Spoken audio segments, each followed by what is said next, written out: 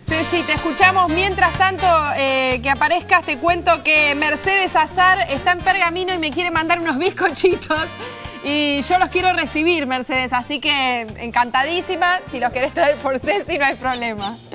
Te escuchamos, Ceci. Acá estamos, chicas. Carla, Tamara, vamos a contar la historia de una industria textil manufacturera de acá de Pergamino que empezó siendo muy pequeña, un local, y terminó siendo una transnacional. Pero la historia la saben bien estos dos caballeros que están al lado mío. Les voy a presentar a Juan Carlos, que es sobrino de Alfredo Anán, hijo del fundador de la empresa, y a Santos, que fue encargado de expedición, un trabajador de la empresa por más de 30 años.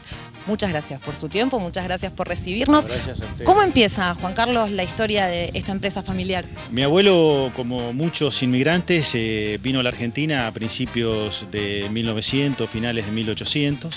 Se establece en Buenos Aires, en el barrio de La Chacarita, y en uno de sus viajes al interior para vender telas, para vender ropa, como hacían generalmente todos los inmigrantes de Siria y de Líbano, conoce Pergamino, le gusta, se queda, pone una tienda y ahí comienza la historia, así a principios de 1900, 1920 aproximadamente, comienza a vender en esa tienda, conocida como tienda El Siglo, ropería El Ciclón, y ahí comienza la historia de la fábrica.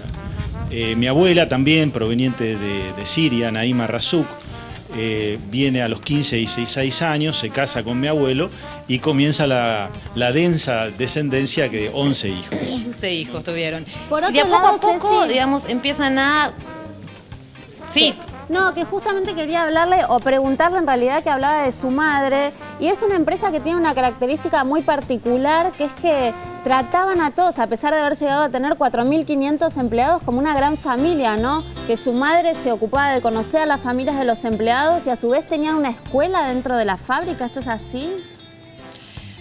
Sí, es así, y no solamente eso, mucho antes, como decíamos, que exista una legislación estatal que defienda los derechos de los trabajadores eran respetados en esta fábrica. Ahora se lo vamos a preguntar, esto es así, ¿verdad? Sí.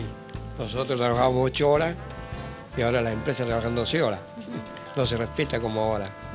Aparte también tenían licencia por matrimonio, licencia por casamiento, Vacaciones. vacaciones. Todo, aguinaldo, vacaciones, todo como...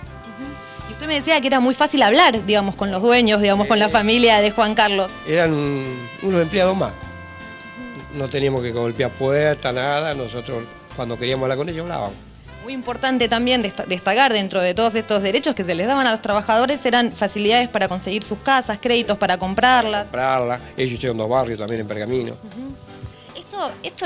Esto no sucedía entonces en la mayoría de las empresas, no sucede ahora en la mayoría de las empresas. Eran dimensiones empresarias distintas, diferentes, ¿no? Es muy difícil comparar los tiempos, pero pensemos que mi abuela, mi abuelo, mis tíos convivían con los empleados. Ellos nunca se fueron de Pergamino. Pergamino en ese momento tenía una población de 50, 60.000 habitantes. Con el tiempo obviamente fue creciendo, pero ellos eran vecinos comunes, normales, frecuentaban los mismos lugares y por lo tanto no había la separación o la distancia con los que nosotros nos encontramos hoy. Iban a los mismos bares, los mismos restaurantes, los mismos clubes, y la convivencia era una muy buena convivencia, se necesitaban mutuamente. Ellos necesitaban a los trabajadores, porque sin trabajadores no había producto, y a su vez los trabajadores necesitaban los salarios, porque obviamente los salarios hacían que el nivel de vida aumentara. Esta industria también modificó el lugar. A ver, estamos hablando de una fábrica que contrataba a 4.500 empleados, donde todo el tiempo había camiones, donde todo el tiempo se pedían como productos que salían de esta fábrica, o sea que modificó el lugar. Sí, transforma. Toda industria que es beneficiosa, que tiene ganancia, transforma al lugar o a la sociedad en la cual se inserta. No nos olvidemos que en este gremio los trabajadores cobraban por quincena. Entonces quiere decir que los días 15 y los días 30, Pergamino era una fiesta, porque todo el mundo que trabajaba en Anán, como también en otras industrias manufactureras muy importantes que había en ese momento, salía a consumir. Esto es, la riqueza pasaba muy rápido de mano, que es lo que hace que la sociedad en general crezca sosteniéndose y alcance niveles o estándares de vida que todo el mundo pretende. Exacto, me contaba recién acá Juan Carlos que en un primer momento en la fábrica que hacían ropa, queda clarísimo, no tenían tijeras para cortar los moldes. Entonces los moldes los cortaban a cuchillo, como las empanadas. Lo cortaban a cuchillo porque vino la Segunda Guerra Mundial, el corte de las importaciones, las tijeras eran obviamente importadas, mis tíos y mi abuelo no tenían con qué cortar las telas con las cuales hacían los primeros vaqueros, las primeras camisas, y los cortaban directamente con cuchillo de carnicero. Sí, son historias, anécdotas, era todo así, todo así. Después, digamos, o sea, después de muchos años la empresa tiene que cerrar. La empresa tiene que cerrar, ¿verdad? Digamos, como la economía del 70... Sí, la empresa cierra a principios de los 80 como consecuencia de la gran importación desmedida que hubo en ese momento, ¿no? Yo recuerdo que en ese momento las camisas se importaban de Oriente Medio no por kilos, o sea, venían por kilos y no venían por unidad, lo que implicó prácticamente la imposibilidad de competir. Aquí la camisa salía más barata hecha en Taiwán que hecha en Pergamino.